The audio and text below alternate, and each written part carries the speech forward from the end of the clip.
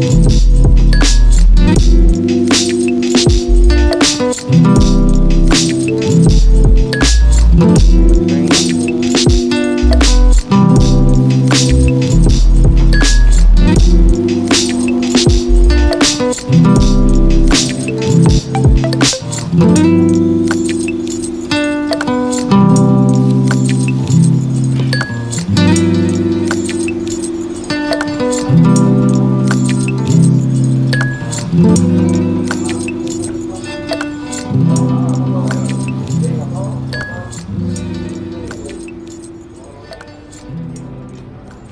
yeah, welcome back. So hopefully that POV helps you give a little bit of insight about how I use the camera. I know a little bit, the framing was a little bit off. I apologize, first time trying out that whole chest mount thing. But yeah, we're going to be talking about some of my thoughts and experiences using this particular setup, the R5 and as well as the 85mm. I don't have the camera right now. I actually was shooting some promo content for Canon Malaysia, and I had that camera for the talent for a while. I was supposed to give it back, but I decided, okay, I'm going to use it for about an hour before I give it back. Just so happened that, you know, it started to rain, and I thought that was a fantastic time to just try it out. So I want to say first straight up, is this the best camera for street photography? In my opinion, I think the best street photography camera is what's shooting me right now, the Canon EOS 1DX Mark III. That, for me, in the style that I shoot, is the perfect camera, and the lens is the 35 1.4, my personal favorite, the best setup in my opinion. At least for the style that I shoot. The R5, there are a lot of benefits to it, which I will talk about, but overall as a street photography camera, I think the R6 is a much better choice. But let's go into a little bit about my experience with the R5. So we're going to talk about the body first, clearly. So I was just holding mostly handheld, one hand, and I think what really helps, just like the EOS R, is really that this camera is really light. I wouldn't say the IBIS helped a lot. I'm not really sure. I couldn't really tell the difference. There were a lot of motion blur. My shots, I think I was like trying to push a little bit too. My shutter speed was a little bit too slow, but that's alright. The camera really is honestly really light. The other thing that I really liked about this camera is the megapixel count. And the main reason, 45 megapixels, there's so much for you to crop. I think there was one picture that I cropped up to 30% of the image and it still retained a lot of detail and quality. That's a really big deal because that means I don't really have to use specific lenses, or sometimes I don't have to go straight up to the person to take a photo. And I know that a lot of people might be a bit apprehensive. It's like, why are you cropping your images? Oh, it's supposed to be raw and things like that. But for me, the most important thing is not so much how you got the image, but the final image itself. If cropping the image makes it a lot more powerful and a lot more impactful, I don't see a problem with that, and I say crop as much as you want. So one thing that I really liked as well was the joystick. I don't really personally like joysticks, and that's the main reason is because I come from a 5D Mark IV, which the joystick isn't the most smoothest. But on the R5, you could just hold it one time, hold it down, and as long as you're holding it down, the focus point will move wherever you want. And I thought it was really easy to move, unlike, you know, you're needing to click one and then only you move one time. And just shooting one-handed really helped. But I think ultimately I still would have preferred shooting with two hands, just touching the back of the screen. I think that's much easier for me. Low light for me, not really much of a big deal. I think the highest I ever went was maybe 800 to 1006, maybe. I can't really remember, so I can't really test low light. That would probably be in another situation. Image quality wise, you're going to get fantastic images, you know, colors are nice. Obviously you can't really get any very nice shots under the rain in gloomy weather, not enough shadows and lights, but for what you get, I think you get a fantastic image. Really nice crisp detail. Skin tones look very nice on the sensor for some weird reason. I actually prefer the skin tones from the R5 over my 1DX. But that's easily sort of fixable in post. Another thing that I really liked about the R5 was really the autofocus. I think like as soon as a subject walked into frame, I straight away got it on focus. And for me, that's a big deal because the kind of style that I shoot is really fast paced. I don't really like to wait for a situation, or even if I wait for a situation, I want my focus to be snappy. And autofocus on the R5 for the most part was actually really good. And the last thing is the mechanical shutter on the R5 is honestly so quiet. Compared to like the huge ass slap on the 1DX Mark III, everything's just so quiet and silent. It just makes it much more easier for me to shoot. So those are the things that I really liked about shooting with the R5. There's not much to dislike about the camera. I do wish it had the smart controller from the 1DX, because for me that I'm used to it. I really like that. But something I have found out is that on AI servo, I tend to miss my shots a lot more. I'm not so sure if it's because of it's a pre-production lens, but I somehow miss focus a lot more compared to my 1DX, and even the face detect on my 1DX is a lot more accurate on the street in my fast-paced shooting situations. But other than that, there's nothing much that I disliked about the camera. I think it was overall handling was fantastic. Focus was snappy and good enough. I didn't really shoot much high ISO, so that's not really something that I can comment about now. But I think most of my gripes really came with the RF 85mm. Now, I first off the bat, I do want to say that the RF 85 f2 is a fantastic lens. I think you can get really creamy bokeh behind really nice bokeh balls. You don't necessarily need 1.4. Bokeh is really nice. It's a really light lens, and when you get your images, your images are in focus, it's really sharp. It really looks more like an L series glass rather than like a non-L series glass. So I think that's just a testament to the RF lineup in its own. Personally, for me, the 85mm isn't something that I would get, and it's not because the lens is bad. It's just that it's not the kind of focal length that I would shoot with. Personally, I would prefer a 70-200 if I'm looking for a telephoto lens, because that gives me a lot more versatility. But for street photography in particular, one of the reasons why I think a lot of modern street photographers or young street photographers coming up, their shots are generally very similar is because a lot of people tend to use longer focal lengths. And what that results in is that it results in just about no context in your shots. Yes, you can sort of like isolate one subject, but when I look at the shots that I've been taking with this lens, nothing really particularly stands out or looks good, because I think the compression just doesn't give enough context to where your subject is in the frame. So for a little bit of background, I personally prefer the 35mm or wider focal length for my street photography, and the main reason for that is because I believe that background and context matters just as much as your subject. So for example, let's just say you're shooting a portrait on the street and you take a picture of somebody and you blow out the background, and then it just looks aesthetically pleasing, but it looks like it was shot in a controlled environment, which I think defeats the purpose of street photography. It's not so much to isolate the subject. It could be if that's the kind of style that you're looking for, but I believe that street portraits should have context. You should show where the person is in relative to the background, what the person is doing, some context. So when you look at the image, it looks timeless. It's like a slice of life, if you would put it, rather than a pose shot. And that's why for me, the 85mm isn't the most appropriate for my kind of style of shooting, because it's just too tight. It just doesn't fit the narrative of a street photographer. And if you're looking to just create aesthetically looking visuals with background blur, with this person really small in the frame, sure, 85mm is good enough. And this leads to my second point, which that using an 85mm on the street makes you lazy. And that's why you see so many street photos always the same, because everybody is trying to nobody's taking the risk to go up and get the shot, get in, not to say encroach on the person's space or disturb the person, but really give context to the scene. But once again, this is my personal preference and taste for the kinds of street photos that I like to see and shoot.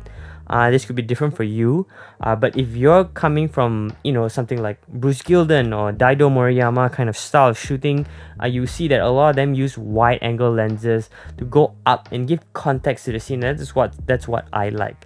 But if you're the kind of person that likes to stay away, you want really more, if I could say, abstract and artistic looks at your shot, the 85mm is fantastic. And from a more technical perspective, the 85mm is close to being a perfect lens for the price. It is extremely sharp, wide open. I shot all these pictures at f2, extremely sharp.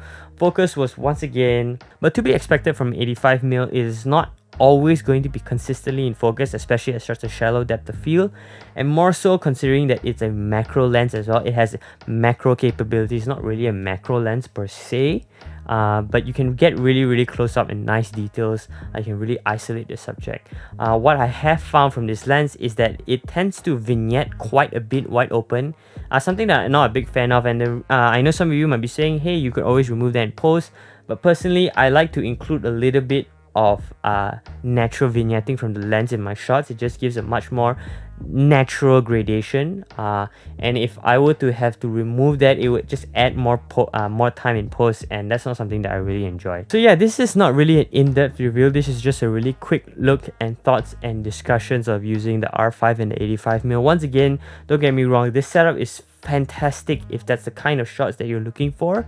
But for me, I just prefer wider angle lenses, and the 85mm is not for me. But optically, the 85mm is a superb lens, and I don't think you can go wrong buying it. And if you're worried about bokeh and focusing speed, if you're not shooting sporting events, I think the 85mm is a fantastic choice, and it's going to get you really good images. So yeah, thank you so much for watching. If you have any questions, please do let me know. You can drop me a message on Instagram here and here, or drop me a comment down below. I think we just reached 1,500 subscribers, which is fantastic, which is absolutely insane for me to even think about. Thank you so much for watching. Thank you so much for all the support, and I guess I'll see you in the next one. I'm so sorry I'm sweating like crazy. It's like really hot right here. I can't even turn on the fan. The aircon doesn't work, and I'm like sweating like mad. Oh well.